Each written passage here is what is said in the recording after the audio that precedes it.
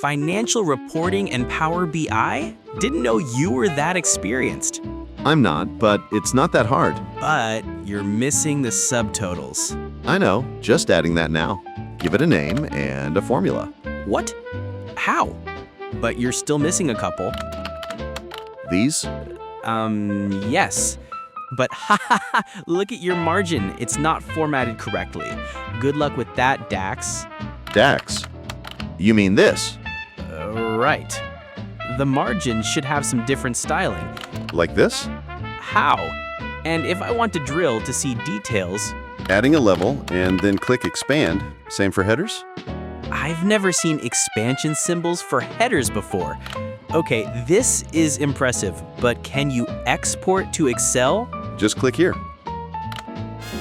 What kind of magic is this? It's not magic, it's Profitbase.